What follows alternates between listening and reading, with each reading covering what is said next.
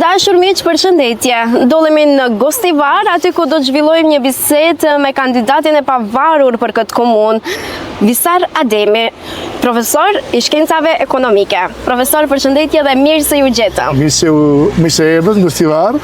Shpresoj që pëlqej. Sot dita nga fantastika, ashtu si jeni edhe ju. Shumë faleminderit, e njëjta vlen edhe për ju.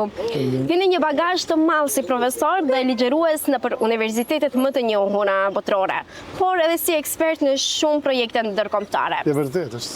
Pse vendosët të kandidoheni për kryetar komune? Kjo është pyetja shumë interesante dhe ma përshtojnë shumë njerëz. Unë mendoj që njerëzit kanë nevojë t'i japin politikës apo qytetin kur e kanë bagazhin apo çantën përplot me dije, eksperienca, njohuri. Edhe unë këtë e bëra, me vendosa dhe mendova që atëherë kur unë jam përplot këto eksperjencash, që a kthej një pjesë të përgjegjësisë si shpërblim vendit tim ku jam rrit. Edhe mendoj që momentin kur ti ke këto bagazhe, të njohuri dhe këto eksperienca, atëherë mund të japësh më tepër për zhvillimin e qytetit. Zakonisht ne ka qenë kundërta. Njerëzit vinë pa bagazh shprazur, me çantë të shprazur, dhe pastaj rrugës nëpërmjet politikës i marrin këto dije, këto eksperienca, ndonjëherë edhe para korruptuara nga populli, edhe pastaj e kanë politikën gjithçka, profesion, e kanë biznes, e kanë gjithçka. Unë kam vendosur t'i jap në moshën ku njeriu ka maturim më të madhe, ka pjekuri më të madhe dhe ka dije, edhe kjo do të qenë kulminacioni i karrierës time pas këtyre eksperiencave botërore, pra mund të jap dhe ta kthej në zhvillim këtij vendi që më ka lind, ka rrit, ka zhvillu. Pse pikërisht zgjodhët këtë periudhë dhe pse pikërisht jeni i pavarur?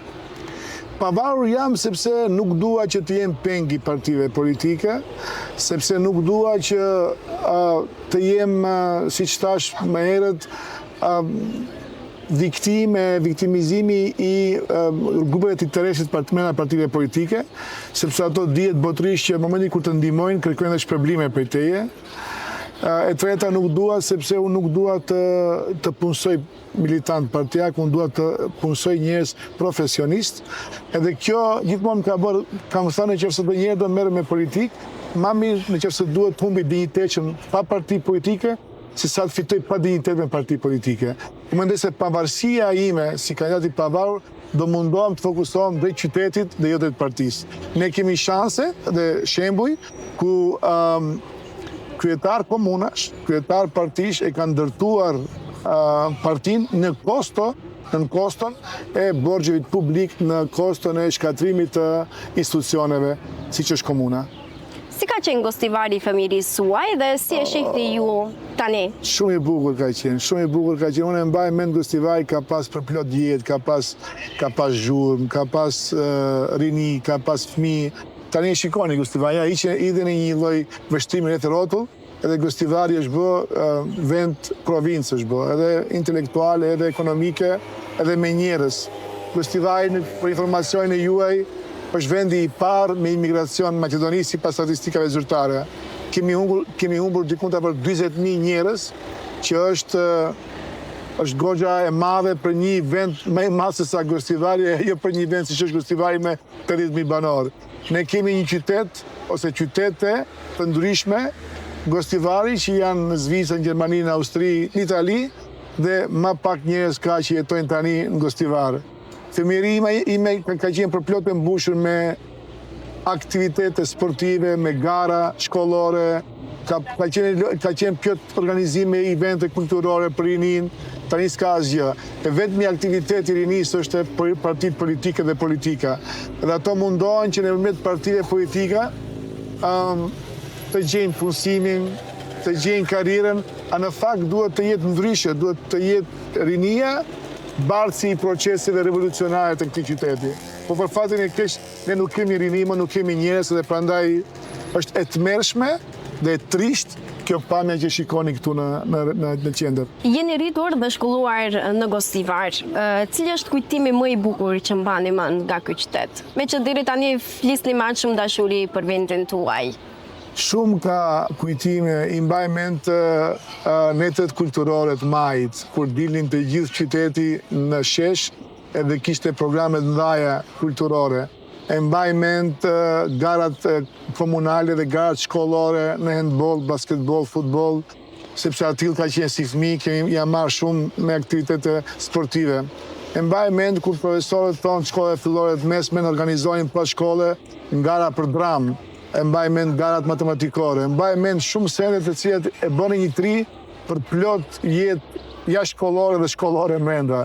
Ne si fëmijë nuk kemi patur asnjë një fundjavë të lirë për të marrë me procese devijante, se kemi pas për plot jetër me aktivitete sportive dhe kulturore. Unë kam qenë handballist i shkollës fillore Ismail Qemali Mosha Pjatet kaluarën. Kam qenë handballisti i klubit handballistik Jehona. Kam luajtur basketball për Gostivarin. Dhe unë kam patur jetë goxha begat sportive, edhe mrenda asaj jete kam bërë shumë shoqëri të madhe të cilat sot e kësaj dite i mbaj si shok, si miq, përveç atyre që kemi patur në lagje. E mbaj mend lagjen time për plot njerëz të grupeve etnike të ndryshme, të cilat kanë qenë të përfshira në fundjavë, në jetë zhvillimore. Tani thash edhe një herë, tani s'ke më veç ke politik, ke partizim, ke ndarje, ke luftë partijake, por të gjitha ato gjëra që ishin bukura i takojnë një kohë edhe një periudhë të kaluar. A është punuar aq sa duhet në Gostivar, sa që mund të ruhen kujtimet e fëmirisë së gjeneratës suaj? Jo, se t'ishte punuar sa duhet, ato njerëz do vazhdojnë që jetonin këtu, do kishin mundësi që të zhvillohen edhe karrierën e tyre edhe pjesën e zhvillimit të mundësive këtu. Vetë fati që shumica e këtyre njerëzve kanë ikur, e bëjnë Gostivarin të duket i tillë siç është. Thash edhe një herë, 50% e trurit të t'ikën nga një vend është e madhe dhe për shtete ndaja si Amerika dhe si vendet tjera, ajo më për vendet vogla si Maqedonia dhe si Gostivari. Tani më këto lloj korrupsioni, këto lloj partizimi, këto lloj politizimi e ka bën triun që ta vendosin Gostivarin si alternativën e fundit vet për zhvillimin e karrierës. Gjithçka tjetër, edhe mobiliteti dhe migrimi brenda Maqedonisë, Gostivar, Shkup, po edhe imigrimi jashtë, është prioritet numër 1 dhe pastaj vjen Gostivari si mundësi për të jetuar dhe për të zhvilluar këtu. Siç e theka edhe në fillim të bisedës tonë, keni udhëtuar shumë nëpër botë dhe keni pasur eksperjenca nga më të ndryshmet. Me cilin qytet do e krahasonit Gostivarin për shembull të mirë? E thatë bukur, tani me këto të vendeve të europiane dhe afrikane nuk e krahasoj dot, por ka një vend me të cilën unë edhe është vend i Shqipërisë me të cilën dua ta krahasoj dhe dua ta kthej në një burim të atill zhvillimi, është Korça. Korça e ka të pak a shumë të njëjtën strukturë popullsisë që ka Gostivarin, ka një trashëgimi të madh kulturore, edhe e ka kthyer turizmin dhe agroturizmin një potencial të madh për ardhjen e njerëzve që ta vizitojnë Korçën. Korça ka pak a shumë reliefin malore ka si Gostivari. Ajo që i mungon Gostivarit është ja këto që them unë, investimet në potenciale turistike dhe trashëgimi kulturore që një njeri i cili jeton në Gostivar, po e që vjen nga diaspora të mund të ketë përmbajtje në jetë. Edhe Korça, po si Gostivari, ka një diasporë dinamike dhe vibrante. Ato vinë nga Amerika, nga Bostoni dhe Chicago, ndërkohë që ne kemi më tepër Zvicrën dhe Gjermaninë.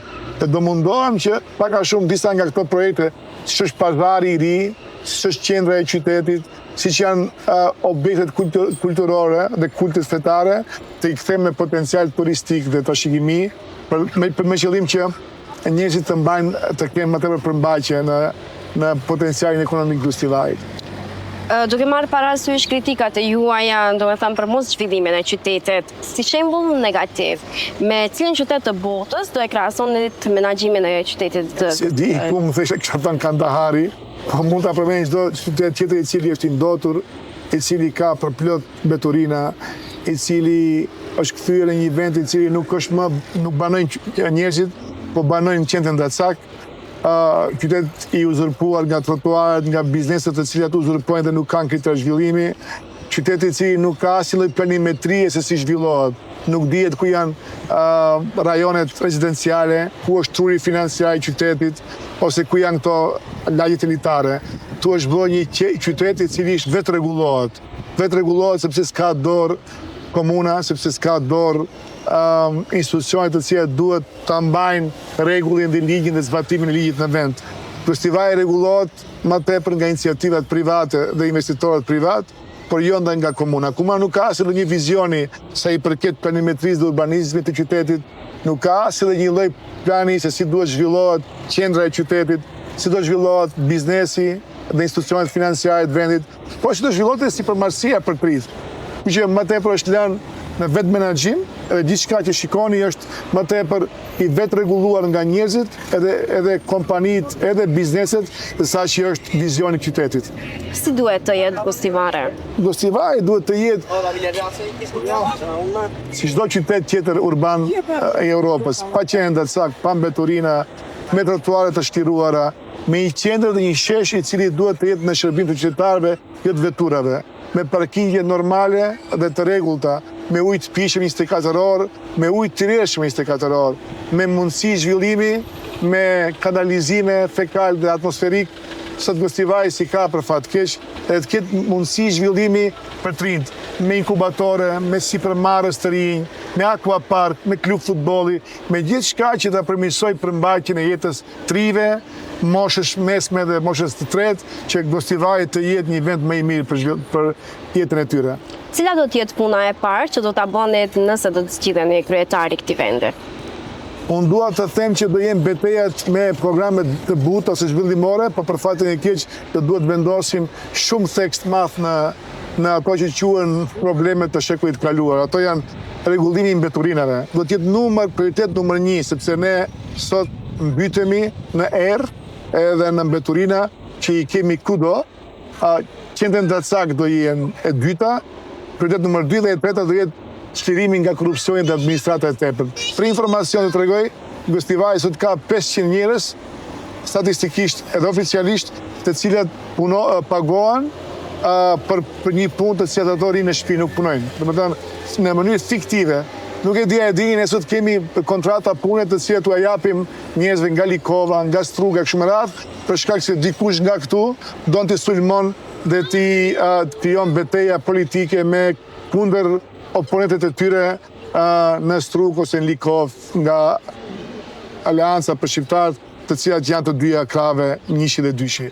Ne sot kemi 2017 në Gostivari ka pas 135 punësuar me orar plot, sot ka 300, ndërkohë që kemi 40.000 banor më pak. Do ta përgjithësoj me numër dyfisht administratën, do mundohem dhe do jap kontributin më të madh në digitalizimin e proceseve, sepse nuk mundet punë të thjeshta, aplikimi për leje ndërtimi, apo edhe për një certifikat të mbahet nga njeriu, edhe njeriu ta mban në sirtar këtë lloj certifikate, këtë lutje me muaj të tërë. Këto duhen të jenë procese të transparente, digjitale, që të mund kthehen në mënyrë automatike në kohë rekord tek qytetari. Po puna që nuk do ta bënit kurrë. Puna që nuk do bëj kurrë është që nuk do të zgënjej besimin aty që ma kanë dhënë.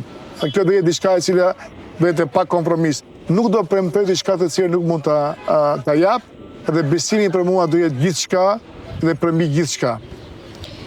Cilat janë projektet më të domosdoshme të cilat i keni domethënë në programin tuaj?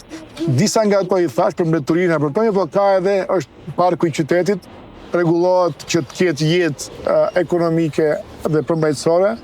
Do jetë ristartimi i klubit futbollit Gostivari që të mund t'i kthehet sporti, edhe lidhur që është me akademinë, sepse nëse s'ke klub futbolli në Super League, ti nuk mund të kesh edhe akademi futbollistike. E të rinjt tani nuk kanë një lloj klubi am ku do mund të trajnohen, edhe aquaparku dhe përmbajtja e një jete verore që të mundet diaspora të vi edhe të ketë një përmbajtje. Dhe e fundit, për pjesën e prioriteteve, është do mundohem që ta shfrytëzoj malin dhe lumin Vardar si potencial ekonomik dhe turistik të Gostivarit. Do mundohem që nëpërmjet partneriteteve publiko-private, këto 3 anët e malit që janë, t'i kthejnë potencial ekonomik për Gostivarin nëpërmjet agroturizmeve, edhe nëpërmjet aktiviteteve në natyrë, siç është për shembull hiking ecja, biking me bicikleta, edhe paragliding, të cilat do mundohen një qytetar që vjen nga diaspora të mund t'i kthehemi në një jetë përmbajtësore dhe cilësore që ato mos vinë vetëm për dasma dhe ahengje familjare, por edhe të mund të kënaqen në Gostivar. Cili do të ishte mesazhi juaj për kundër kandidatët tuaj, me të cilët jeni në garë? Kundër kandidatët e mi janë njerëz të mirë në parimisht, por janë antarë të partive politike, edhe unë mendoj se Gostivari duhet një menaxher, një njeri i cili nuk vjen nga politika, sepse ja kemi pa sherin shumë politikës, edhe besoj që kjo do jetë mesazhi kryesor që më në fund i duhet një njeri i cili vjen nga shkencat ekonomike, i cili është i dëshmuar në përmet projekteve ndërkombëtare, dhe njeri i cili do menaxhoj me resurset njerëzore, teknologjike dhe financiare të Gostivarit. Dhe unë besoj që jam i atilla. Por një mesazh për qytetarët e Gostivarit? Një mesazh për qytetarët është Gostivari është qytet fantastik i cili gjithmonë ka ditë të jetojë në harmoni ndërretnike, nuk ka patur probleme ndaja kuptimin e ndërnjerëzore, edhe Gostivarit vetëm i duhet një transparencë, duhet një lider apo një udhëheqës i drejtë dhe i denjë për qytetin, edhe i duhet njëri i cili ka vizion dhe cili ka dije që mund ta kthej këtë lloj problemesh të kthej në zgjidhje. Atëherë faleminderit shumë për këtë bisedë kaq të këndshme dhe suksese në garën tuaj. Faleminderit shumë dhe ju e faleminderit që jeni këtu, edhe ju dëshiroj të rriteni sa më tepër dhe ora të jetë një ndër platformat më të shikuara dhe më të klikuara në Maqedoni. Shumë faleminderit. Të dashur shikues, ishte kjo intervista jonë e realizuar në qytetin e Gostivarit me profesor Visar Ademin. Deri në takimin tonë të radhës, mirëmbëngjes.